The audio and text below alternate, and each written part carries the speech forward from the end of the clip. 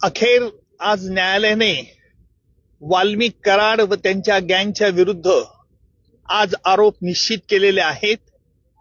दिनांक 9 डिसेंबर 2024 रोजी संतोष देशमुख यांचा कट करून संगनमताने आरोपींनी खून केला आणि त्याचप्रमाणे यातील काही पुरावा नष्ट करण्याचा प्रयत्न केला. याला कारण म्हणजे वाल्मिक कराड याला जी खंडणी जो मागत होता ती खंडणी अबाडा कंपनीकडनं मिळण्यास अडथळा संतोष देशमुख यांनी केला. याकरिता त्यांचा खून करण्यात आला अशा रीतीचा सरकारतर्फे आम्ही आरोप प्रस्तावित केला. न्यायालयाने आरोप त्याप्रमाणे आज निश्चित केले.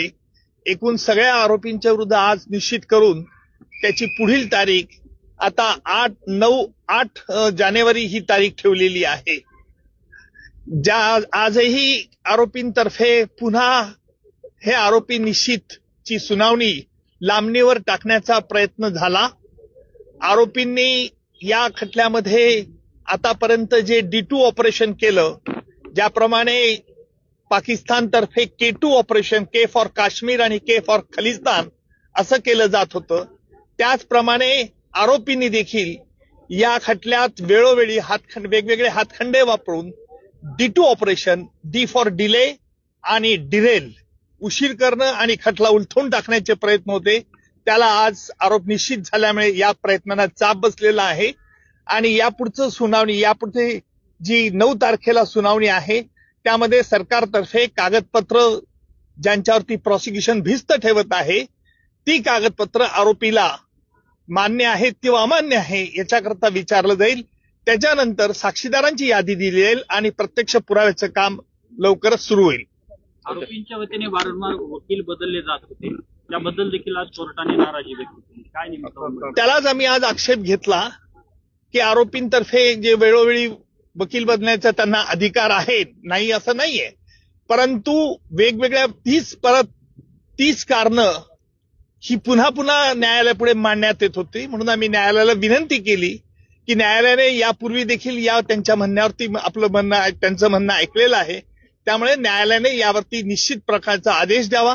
त्याप्रमाणे निश्चितपणे आज न्यायालयाने प्रत्येक आरोपीला विचारलं, तुमच्या विरुद्ध हे आरोप ठेवण्यात आलेले आहेत. सगळे आरोप तुरुंगातच होते.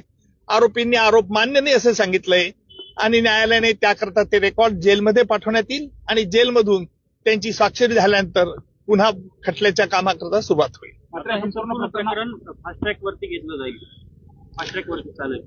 आता आपण बघितलं असेल की आज आरोप निश्चित करण्याकरता किती महिने वेळ लागला.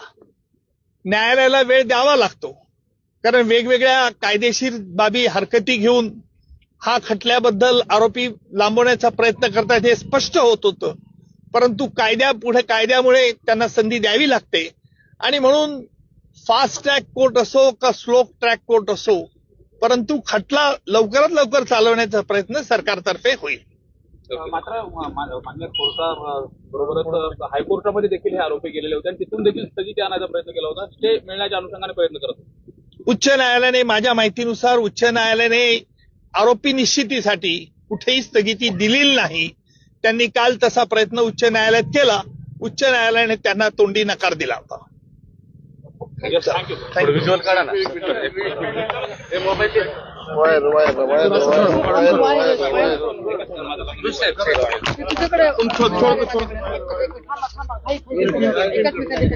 छोड़